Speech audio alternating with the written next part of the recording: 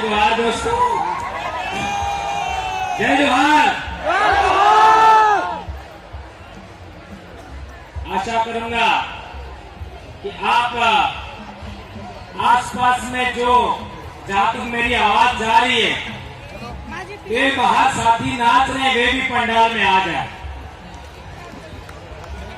आप लोग जो इधर उधर सुन रहे हैं, वो जो बाजे बज रहे हैं उनको भी थोड़ा रुकवाएंगे तो अच्छा होगा। मेरा गला वैसे बैठा हुआ है। कल सूरत महुआ में कार्यक्रम था, वहां पर भी अभी जो पंडाल में जितने लोग हैं उससे ज्यादा लोग थे, और वहां भी पौन घंटा बोल के आया हूं मैं। तो मैं कुछ जरूरी बातें आपके बीच में शेयर करना चाहता हूं, तो आप ध्यानपूर्वक सुनेंगे तो अच्छा होगा। दोस्तों, अभी हमने पूरे देश भर से आए हुए हमारे समाज के एक्टिविस्ट को सुना, और आप लोगों ने मेरे मंच पर आने पर आप लोगों ने इतना उत्साह मुझे भी दिया और आप में भी है। उसके पीछे आप क्या समझते हैं वो मुझे नहीं पता, लेकिन मैं ये समझता हूं कि मैं हमेशा सच किसी भी सूरत में पूरी ताकत के साथ बोलने की हिम्मत करता हूं। ये मेरी ताकत है, और ये मेरी आदत एक शिक्षक होने के नाते है। शिक्षक वह होता है जो सच बोलता है,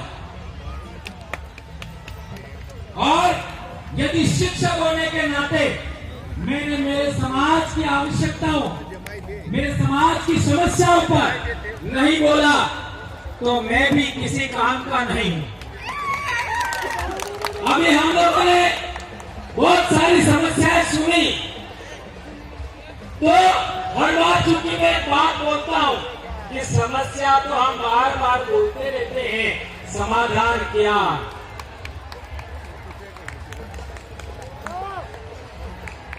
क्या तो कई लोग ऐसा मानते हैं कि भंवरलाल जी का समस्या समाधान का एक ही आइडिया है, और वह है पॉलिटिक्स। ऐसा कई लोग मानते हैं, लेकिन मैं उन लोगों को अधूरा मानता हूं।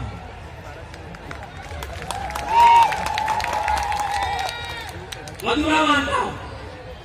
एक बार भंवरलाल परमार को पूरा पढ़ लीजिए, ज्यादा बेहतर होगा।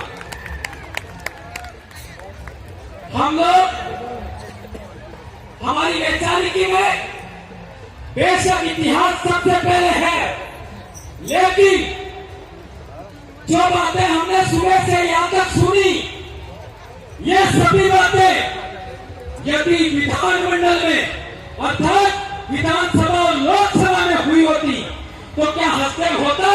नहीं। क्या केवड़िया होता? क्या आज हमारे सातपुड़ा में डैम बनाए जा रहे, उनका रुकावट होता कि नहीं होता? तो बोल क्यों दे रहे हैं? जो हमने 47 एमएलए एमपी भेजे, 47 एमपी, वो मुंह लेके गए कि नहीं गए? कौन कह रहा मुंह लेके गए?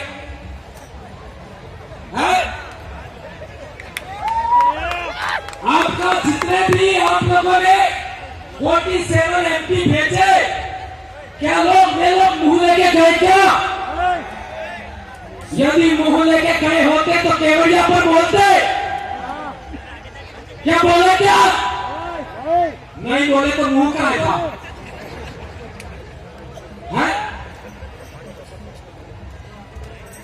और हंसदेव पर कितने एमएलए बोले? 487 एमएलए पूरे देश में, 47 सांसद है। हंसदेव पर कौन बोला? नाम की नाम कई लोगों को गुमान था कि हमारी राज्यपाल है वो भी हमारी सुनती है। तो मणिपुर का राज्यपाल कौन था? कौन था? आदिवासी। क्या बोली? कौन कह रहा कुछ नहीं बोली? बोली होती तो अभी हिंसा रुक जाती। क्या सही कह रहा गलत कह रहा? सही है। मैं बहुत बड़ी समस्या आपके सामने रख रहा हूं। मैं किसी एमएलए का विरोधी नहीं हूं, किसी एमपी का विरोधी नहीं हूं, किसी राज्यपाल का विरोधी नहीं हूं।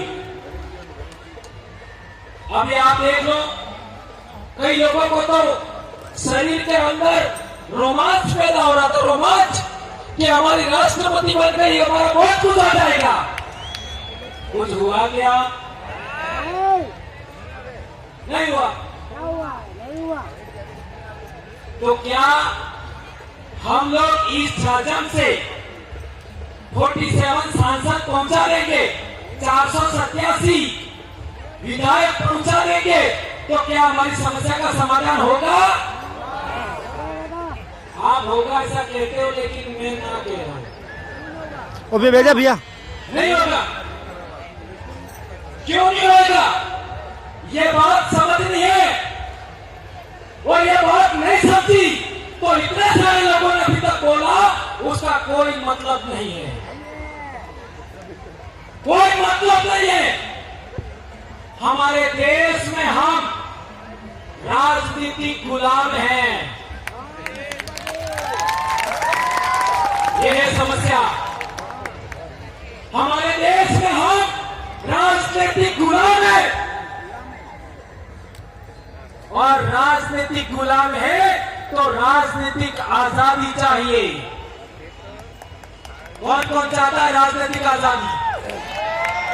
क्या बात कर रहे हो आप? इतने लोग राजनीतिक आजादी चाहते हो और आपके विधानसभा में आपकी कोई आवाज उठाने वाला नहीं है,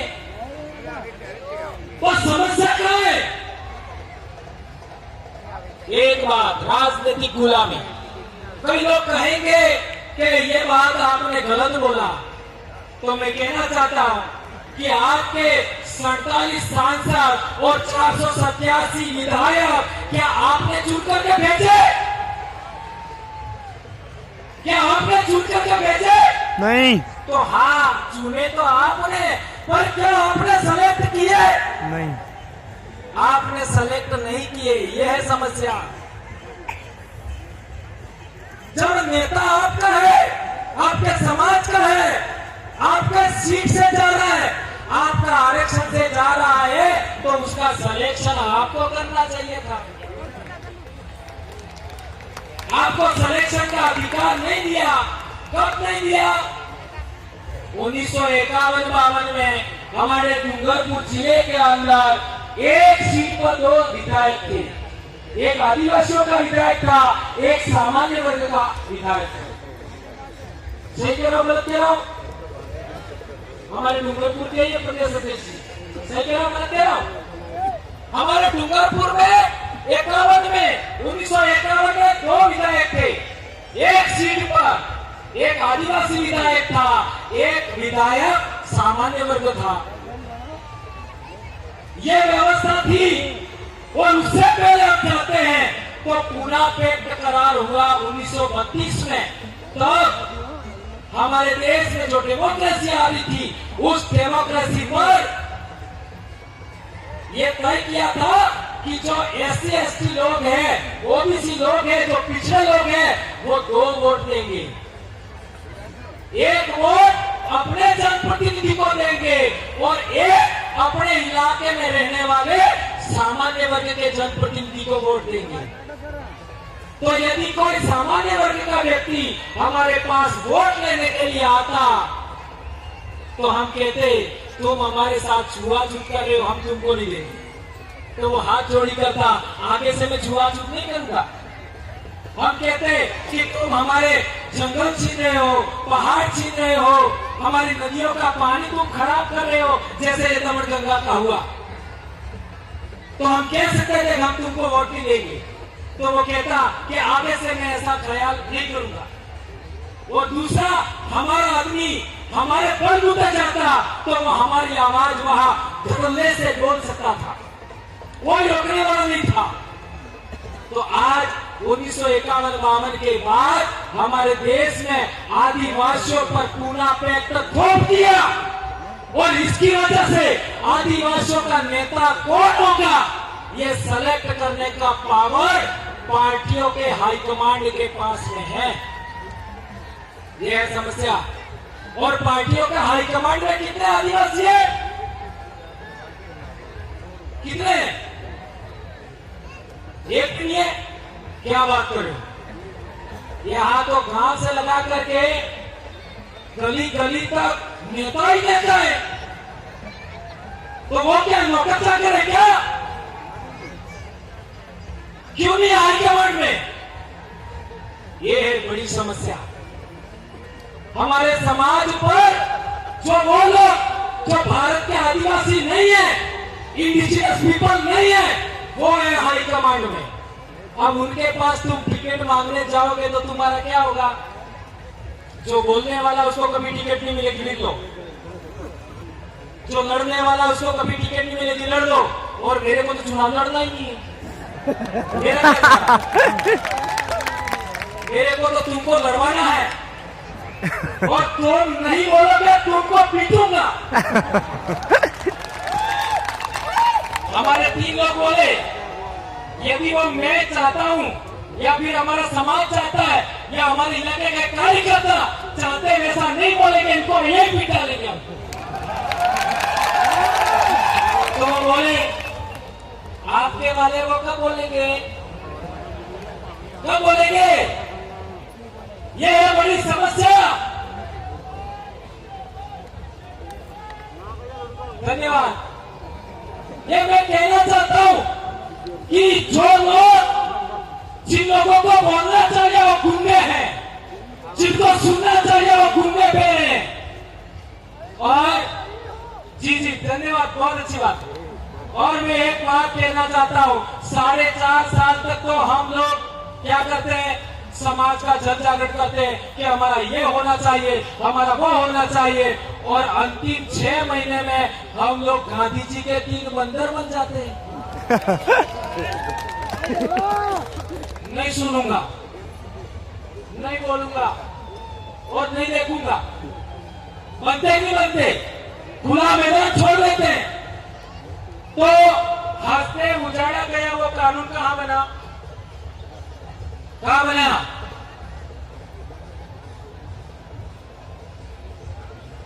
संसद में बना, और संसद में तुम्हारी आवाज उठी नहीं रही है।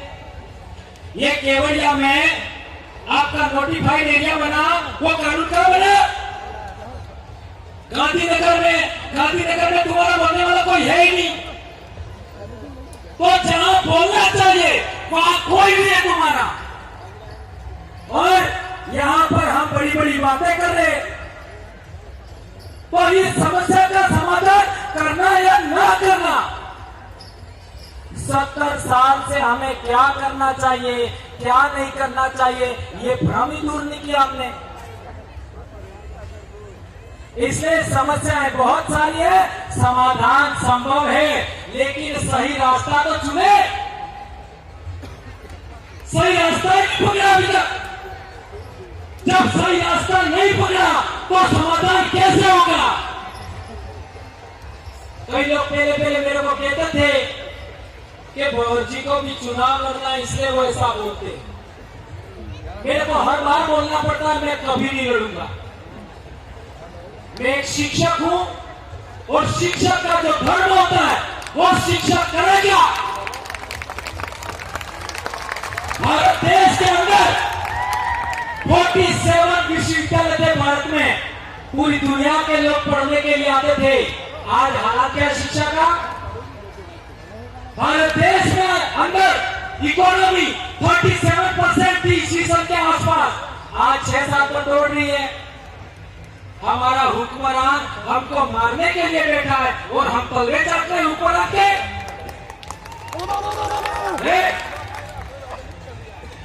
और हम तो कह रहे हैं हमारी कांग्रेस आई है। आई का मतलब नहीं समझे।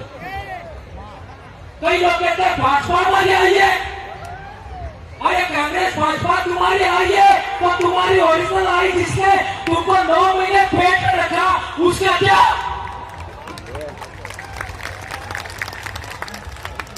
और मैं भंवरलाल परमार, मेरी माँ ने मेरे को पैदा किया तो मेरी माँ को भी किसी माँ ने पैदा किया, मेरी माँ की माँ को भी किसी ने पैदा किया। लाखों पीढ़ियों की माँओं को इस भारत भूमि ने पेट भरने के लिए अन्न दिया, पानी दिया, हवा दिया, जलवायु अच्छा दिया, मकान दिया। उन लाखों माँओं के लिए क्या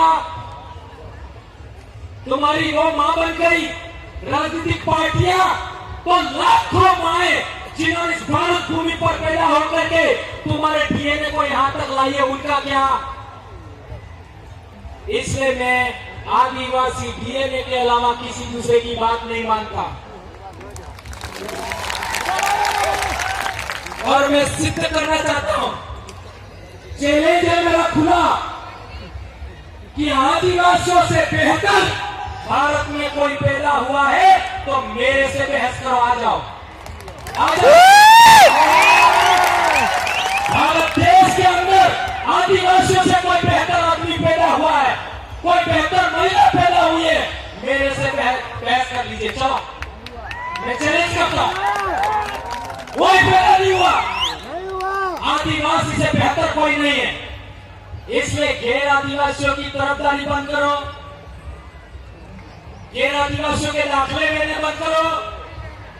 आदिवासी अहिंसक कौम है, आदिवासी हिंसक कौम नहीं है।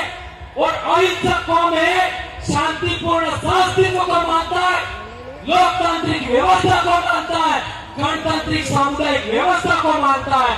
इसलिए रजवाड़े काल में समतल जमीन हमसे छीन गई, हम जंगल पहाड़ों में आना पड़ा।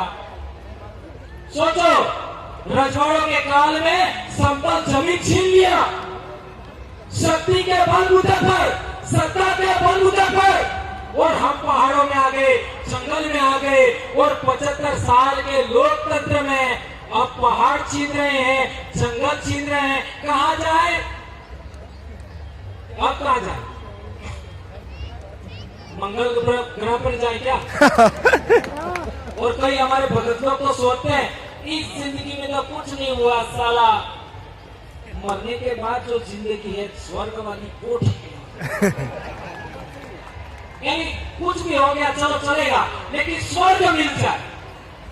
और मैं हमारे इलाके में बोलता हूँ, ऐसे जो भगत अंधभक्त लोग हैं ना, जिनका दिमाग का कचरा हो गया है, वो क्या सोचते हैं, मेरी पत्नी नहीं जाए तो भी चलेगा लेकिन मैं स्वर्ग में जाना चाहता। अरे तुम्हारा स्वर्ग यही है। आदिवासियों को पानी बहता है उसको स्वर्ग लगता है, आदिवासियों को। आदिवासियों को जंगल स्वर्ग जैसा लगता है, आदिवासियों को पहाड़ स्वर्ग जैसा लगते हैं। और आदिवासियों के बीच में रह करके जो जिंदगी है वो कहीं पर भी नहीं है, कहीं पर भी नहीं। और इसलिए मैंने फैसला किया कि मैं कल मर जाऊं तो भी चिंता नहीं है, सच जरूर बोलूंगा। आज नौकरी छीन जाए कोई चिंता नहीं, सच जरूर बोलूंगा। अब मेरा सवाल है कि सोशल मीडिया के माध्यम से बाद में भी लोग सुनेंगे, आज आप भी सुन रहे हो और लोग दूसरे सुनेंगे। क्या एक ही प्रश्न वापस दोहरा रहा हूं, क्या हमारे अंदर से निकले हुए लोग जो अच्छा बोलना चाहते हैं, अच्छा जानकारी रखना जानते हैं, और हमारी कलेक्टिव वॉइस यानी आदिवासियों की कलेक्टिव वॉइस विधानसभा और लोकसभा में जानी चाहिए, जानी चाहिए, तो उसका हमारे पास क्या फार्मूला है? क्या फार्मूला है? हमने राजस्थान में एक मॉडल बनाया। क्या मॉडल बनाया? टॉप मॉडल नहीं, बाप बनाओ चाहे कितनी भी पार्टियां बना लो, उससे भी कोई फर्क नहीं पड़ेगा। बनाने वाला मैं ही हूँ, लेकिन ऐसा बोल